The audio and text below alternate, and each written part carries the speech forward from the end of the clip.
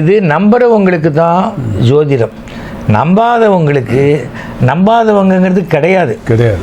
அவங்களுக்கு பயம், நம்மளை பற்றி ஏதாவது உண்மையை சொல்லிடுவாங்களோ அப்படிங்கிற நீங்கள் ஒரு பேட்டியை சொல்லியிருக்கீங்க. அதாவது ஜோசி நம்பாத மாதிரி பேசுவாங்க, ஆனால் படுக்கும்போது தலைக்கு பேரில் 90 பாயிண்ட் வச்சுருப்பாங்க. ஆமாம், அதான் சொல்கிறேன். அதாவது இந்த ஜோதிடம் சொல்கிறவங்களுக்கு கூட இதை வெறும் சயின்ஸாக பார்த்து மேத்தமெட்டிக்ஸாக பார்த்து சொல்கிற பலன் வேறு, அதை தெய்வ அனுகிரகத்தோடு சொல்லக்கூடியவர்கள் பலன் வேறு. அது இன்னும் நிறையா இன்றைக்குள்ள காலகட்டத்தில் சார் 100க்கு 1%, 0.5% வாழ்கிறதே கஷ்டமாக இருக்குது, எதுக்கு வாழணும் இருப்பாங்க. ஆனால் 100க்கு 99% எனக்கு ஆயில் தீர்க்கமா, ஆயில் கெட்டியா அப்படி தான் கேட்பாங்க. ஆனால் ஆயில் கெட்டியானாக்கா இன்றைக்குள்ள காலத்தில் ஒரு 85 வயசுக்கு மேலே வந்துட்டாலே பெரிய விஷயம் தான். இன்றைக்கி உள்ள காலகட்டத்துக்கு 85 வயசு இருந்தால் போரும்னு நினச்சா அவன் முச்சாலி. ஆமாம், ஏன்னா அந்த மாதிரி, ஏன்னா மூப்பு என்பது வயசானது இல்லை, அது அடுத்தவர்களுக்கு இடைஞ்சலாயிடக்கூடாது. என்றைக்குமே நாம் நம்மளுடைய போது இதில் இருக்கணும். அந்த 85 வயசை தாண்டிட்டாலே பெரிய விஷயம். இது நம்ம தமிழ்நாடு, இந்தியா முழுவதும் இந்த பேச்சு இருக்குது சார். வெளிநாடுகளில் பார்த்தீங்கன்னாக்கா 100 வயசு 85 கூட 100 வயசு அசால்ட்டாக போயிட்டுருக்காங்க. இப்போ ஜப்பான் மாதிரி கண்ட்ரியில் பார்த்தீங்கன்னாக்கா 100 வயசுக்கு மேலே அசால்ட்டாக போயிட்டு. ஆமாம், என்னப்பா ஜப்பான் மட்டும் தானே, மற்ற ஊரில் இருக்காங்க, ஆனால் ஜப்பானில் அதிகமாக இருக்காங்க. இப்போ ஜப்பானில் கணக்கெடுத்தபடி பார்த்தீங்கன்னாக்கா இந்தியாவில் 2012 கணக்கெடுத்தபடி கிட்டத்தட்ட 3 லட்சம் பேர் 100 வயசுக்கு மேலே தொட்டிருக்காங்க, 100 வயசுக்கு மேலே வந்துருக்காங்க. இப்போ 2030 எங்கள் அம்மாவுக்கு 95 வயசாகுது. சிறப்பாக நல்லா வாங்க. அது அதுதான் நான் சொல்லுவேன், எங்கேயா வெளியில் போகிறதுக்கு முன்னாடி நான் அம்மாவுக்கு நமஸ்காரம் பண்ணிட்டு தான் வருவேன். சூப்பர் அப்படிமா. ஏன்னா ஏதோ பதவிக்காக தன்னுடைய ஒரு நல்லதுக்கு நடக்கணுங்கிறதுக்கு கண்டவங்க காலில் விடுறதுக்கு எத்தனையோ பேர் இருக்காங்க. நான் இன்னி வரைக்கும் என்னை விட வயதில் பெரியவர்கள் யாராக இருந்தாலும் நான் காலில் விழுவேன். ஆனால் அரசியலில் அதுக்காக நான் ஜெயலலிதா கிட்ட நிற்கிற ஃபோட்டோ பார்த்துருப்பீங்க, பாக்கெட்டில் கை விட்டேன். அவங்க என்னோட 2 வயசு பெரியவங்க. ஒருவேளை அவங்க எங்கள் வீட்டு ஃபங்க்ஷனுக்கு வந்திருந்தாங்கன்னா நான் அவங்களுக்கு நமஸ்காரம். ஆனால் கலைஞர் என்னுடைய 60க்கு கை நிறைய அச்சதி எடுத்து அப்படி போட்டு ஆசீர்வாதம் பண்ணுறார். நான் சாஷ்டாங்கமாக நமஸ்காரம் பண்ணேன். இதில் என்ன இருக்குது? தவறே கிடையாது. ஆனால் ஏதோ ஆதாயத்துக்கு எலெக்ஷனுக்கு ஓட்டு கேட்குறதுக்கு நம்மளோட சின்ன பசங்க காலெல்லாம் வேறன்னு அது கேலி கூத்தா போயிடும். ரொம்ப பேர் கேட்குற கேள்வியே ஆயில் தீர்க்கமா அப்படிங்கும்போது நான் சொல்கிறது 85 வயசு மேலே இருக்குன்னு சொல்லும்போது 85 வயசான்றாங்க. அதான் உண்மை. இப்போ கண்டத்துலேருந்து தப்பிப்பானா இதை கேள்வி. இன்றைக்கி மக்களோட பயம் கண்டத்துலேருந்து தப்பிப்பானா. இப்போ கண்டத்துலேருந்து தப்பிக்கிறது சார், இன்றைக்கி டெய்லி ஒரு நியூஸில் பார்த்தீங்கன்னா உலகம் முழுவதும் ஏதாவது ஒரு மூலையில் 2 வீலரோ 4 வீலரோ ஆக்சிடென்ட் நடந்துகிட்டே இருக்குது. இது பெரிய விஷயம் இல்லை. ஏன்னா நடக்கிறப்ப நிலத்தில் நடக்கும்போது இறங்கி ஒரு ஆக்சிடென்ட் ஒரு 10 பேரில் ஒரு 5 பேர் பழச்சிக்குவாங்க. அந்த 5 பேர் இறந்து நடந்து வரதுக்கு வெளியே இருக்குது நிலம். தண்ணியில் போகும்போது, போட்டில் போகும்போது, கப்பலில் போகும்போது பிரச்சனை வச்சுக்கல, இறங்கி நீச்சடிச்சு வரதுக்கு மற்றவங்க போய் காப்பாற்றுறதுக்கு ஈஸியாக வழி இருக்கும். ஆகாயத்தில் நடக்குன்னு வச்சுக்க முடியுமா? இறங்கி நடந்து வர முடியாது. 100 பேர்னாலும் 1000 பேர்னாலும் வாய்ப்பே கிடையாது. அப்போ இதுக்கு அதுலேயும் தப்பிக்கிற ஆள் இருக்கா? ஆமாம், ஒரு பிளேன் விழுந்து அதில் ஒருத்தர் மாத்திரம் பிழைச்சாரு. ஆமாம், இப்போ போன வருஷம் ரீசெண்ட் ஆக்சிடென்ட் இல்லை, போன வருஷம் ஜூன் மாதம் சார். ஆமாம், அதில் அவர் பேர் விஸ்வாஸ் குமார் ரமேஷ் நினைக்கிறேன். அவர் பிரிட்டிஷ் இந்தியன். அவர் உட்காந்த சீட் 11A. அது என்ன ஆச்சரியம்னா 1998 ஒரு ஆக்சிடென்ட், விமான விபத்து. அதுலேயும் பார்த்தீங்கன்னாக்கா ஒரு பாடகர், சிங்கர், அவர் பேர் லோய் சுசாக்கு நினைக்கிறேன். பாடகர் தப்பிச்சிருக்காரு. அவர் உட்காந்த சீசன் 11A. அது கம்பேர் பண்ணி பேசியிருந்தாங்க. ஆச்சரியமாக இருந்துச்சு எனக்கு. உடனே பார்த்தீங்கன்னாக்கா அடுத்து புக் பண்ண டைம் போகிறோம், எனக்கு 11A சீட் கிடைக்குமா? ஒரு நம்பிக்கை தானே. அதாவது சினிமாவில் இப்படி தாங்க, ஒரு படம் ஹிட் ஆயிடுச்சுன்னா அதே கடையில் போய் தேங்காய் வாங்கிட்டு வா, அதே ஐயரை கூப்பிட்டு வா, பூஜை போடலாம். ஆனால் கதை மாத்திரம் வேறு எடுப்பாங்க. அது ஓடும், இது ஊற்றிக்கும். அதாவது இந்த மாதிரி சென்டிமெண்ட் ஏன் சொல்கிறேன்னா சார், விமானத்துலேயோ ராக்கெட்லேயோ போகும்போது தப்பிக்கிறது வழியே இல்லை. அதுலேயும் ஒருத்தர் தப்பிக்கிறானாக்கா அது வேணா அந்த நம்முடைய வாழ்வையும் இறப்பையும் தீர்மானிக்கிறது கடவுள் மட்டும்தான். நான் அதனால தான் சொல்கிறேன், கடவுளுக்கு மட்டும்தான் என்னால் பயப்பட முடியும்.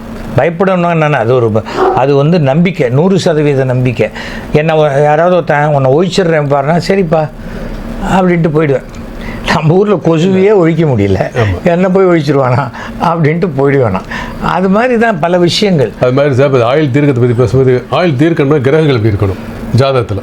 இப்போ அதை சொல்ல வரும்போது ஒவ்வொரு ஜாதகத்திலும் சனி பகவான் 3, 6, 9, 11 இந்த ஸ்தானங்கள் இருக்குது அப்படின்னா ஆயுள் தீர்க்கம். இன்னொன்று, சனி பகவான் வந்து சுயசாரம் ஆகியிருந்தா பூசம், அனுசம், உத்திரட்டாதியில் இருந்தாலும் ஆயுள் தீர்க்கம். இது போக வந்து இந்த சனியோ இந்த 3, 6, 9, 11 அதிபதியோ குரு பார்த்தா ஆயுள் தீர்க்கம். இவ்வளோ தான் சார் இது சொல்கிறது ஆயுள் தீர்க்கத்தில் வந்துட்டு. ஸோ எனக்கு தெரிஞ்ச விமான பற்றி தப்பிச்சிட்டாரு, 45 வயசில் தப்பிச்சாரு, ஆனால் 55 வயசில் இறந்துட்டார். அது ஆயுள் தீர்க்கம் சொல்ல முடியாது. அந்த டைமில் ஆயுள் கண்டது அதிர்ஷ்டம் தப்பிச்சார், அவ்வளோதான். அதான் விமானத்தில் தப்பிச்சு பாத்ரூமில் கூட வழிக்கு வந்துடலாங்க நமக்கு. ஸோ இந்த மாதிரி இருக்கும்போது அது ஆயுள் தீர்க்கம் சொல்ல முடியாது. அந்த டைமில் அதிர்ஷ்டவசமாக தப்பினார். இதுதான் சார் உண்மை. அப்போ ஆயுள் தீர்க்கம்னாக்க இந்த ஸ்தானங்கள் வலுவாக இருக்கணும், சனி பலமாக இருக்கணும், சனி சுயசாரம் வாங்கியிருந்தாக்க நிச்சயமாக ஆயுள் கெட்டியாக இருப்பாங்க சார்.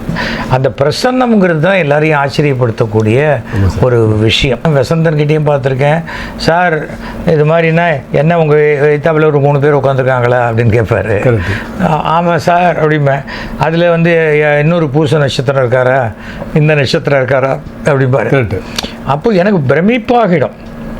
ஏனென்றால் நம்ம சினிமா நடிகன், நாடக நடிகன், தொலைக்காட்சி நடிகன் பிரமிப்பு வேறு. இது ஒரு எனக்கு ஒரு கிடைச்ச வரம். என்னை விட திறமைசாலி இருக்கலாம், ஆனால் அவர்களை விட எனக்கு புகழ் அதிகமாக இருக்குன்னா அதுவே கடவுள் கொடுத்த வரமாக தான் நான் நினைக்கிறேன். 50 வருஷத்தில் 7000 ட்ராமா வேறு யாருமே தமிழ் நாடக மேடையில் போடலை.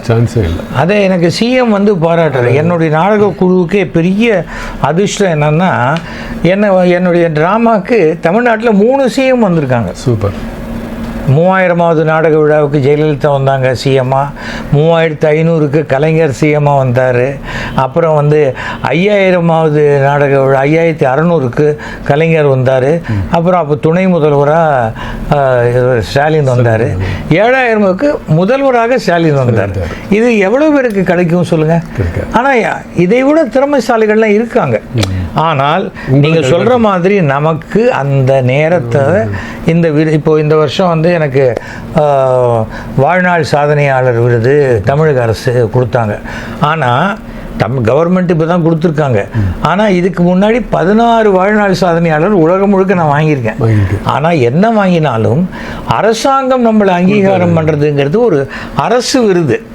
அது ஒரு பெரிய ஒரு விஷயம்.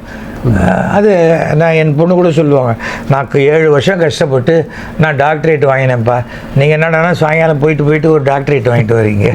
நான் சொல்லுவேன், நான் என்னால் ஒரு ஊசி கூட போட முடியாதுமா, நீ நிஜமாகவே டாக்டரேட் பண்ணியிருக்க, அது வேற அப்படிமா. அது மாதிரி இந்த ஜோசியம் கற்றுக்கணும்னு நினைக்கிறவங்களுக்கு என்ன புதன் ஸ்ட்ராங்காக இருக்கணுமா?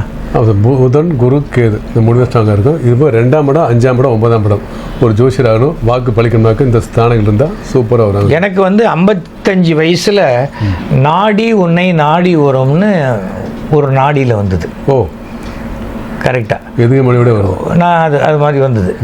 அப்போ கரெக்டாக பார்த்தா நான் நல்ல வயசுன்னு எங்கள் ட்ராமா இப்போ போட்டுட்ருக்கும்போது ட்ராமாவில் இருக்கோம். நாடகம் முடிஞ்சு ஒரு அம்மாவும் பொண்ணும் வந்து நாளைக்கு பக்கத்தில் தான் எங்கள் வீடு, நீங்கள் வரணும், மார்னிங் பிரேக்ஃபாஸ்ட்டுக்கு வரணும், ஒரு முக்கியமான விஷயம் அப்படின்னு. சரி அப்படின்னு வசந்தோடனே நெக்ஸ்ட் மார்னிங் போனால் அவங்க என்ன சொன்னாங்க, எங்கள் அப்பா நாடி படிச்சுட்டு இருந்தார், இதில் நம்ம வடபழனி கோயில் பின்னாடி இடத்துல அவர் இறந்து போயிட்டார், அந்த நாடியெல்லாம் நீங்கள் வாங்கிக்கிறீங்களா? நான் சொன்னேன், நான் நாடியை வாங்கி நான் என்னம்மா பண்ண போகிறேன், நெல்லில் வாங்கிக்கிறீங்களான்னா நான் கொடுத்தா நீங்கள் வாங்கிப்பீங்களா? நான் சொன்னேன். உடனே என்ன வசந்தான்னு கேட்டேன். அவர் உடனே இல்லை வாங்கிக்கலாம் சார் அப்படின்னார். அந்த நாடி அப்படியே கொண்டு வந்து கொடுத்தாங்க. ஒரு பட்டு துணியில் சுற்றி அப்படியே ஒரு 10-12 கட்டு இருக்கும் நாடி, அதில் ஜீவநாடி எல்லாமே இருக்குன்னு. அப்புறம் ஒரு நோட் புக்கை கொண்டு வந்து பிரித்து காமிச்சா, பூச நட்சத்திரத்துக்காரன் கடகராசி இந்த வீட்டில் வந்து இந்த நாடிகளை பெற்று செல்வான்னு எழுதியிருக்கேன். சூப்பர் சூப்பர், அருமை.